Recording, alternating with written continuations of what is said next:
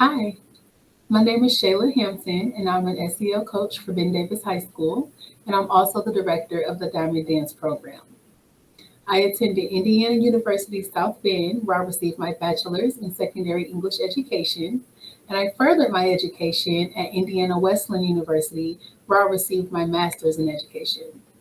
Today, we're going to talk about an amazing woman who had an impact on Black history and should be remembered and honored for the work that she's done. We're going to be talking about Miss Cheryl Browne, the first African American contestant for the title of Miss America in 1971.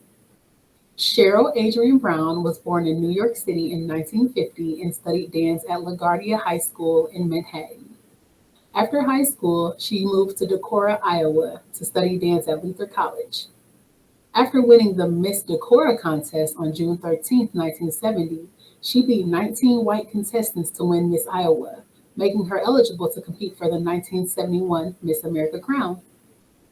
Cheryl became the first Black woman to compete for the Miss America title, the first African American contestant to make it to the final, even though competition rule number 7, instituted during the 1930s, which read, contestants must be of good health and of the white race, had been abolished 30 years before in 1940.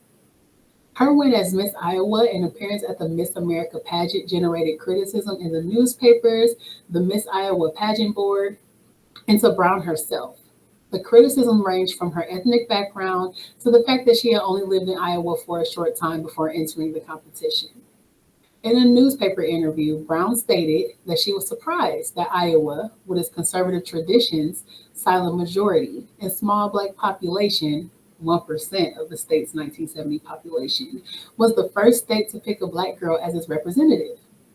Years later, speaking about her appearance in the contest, Brown said, Iowans were very accepting of me, but I think it took the country by surprise to realize that it was a young woman from Iowa who became the first African American contestant. I don't feel I personally changed the pageant, but I feel like my presence expanded people's minds and their acceptance. And in subsequent years, they were much more open to African American candidates.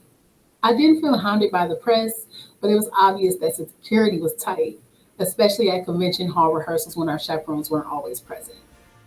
In 1971, Miss America title was won by Phyllis George. Cheryl Browne graduated from Luther College in 1972. She later married Carl Hollingsworth, worked in the financial industry, and had 2 children. That's your Black history. I hope you enjoy it.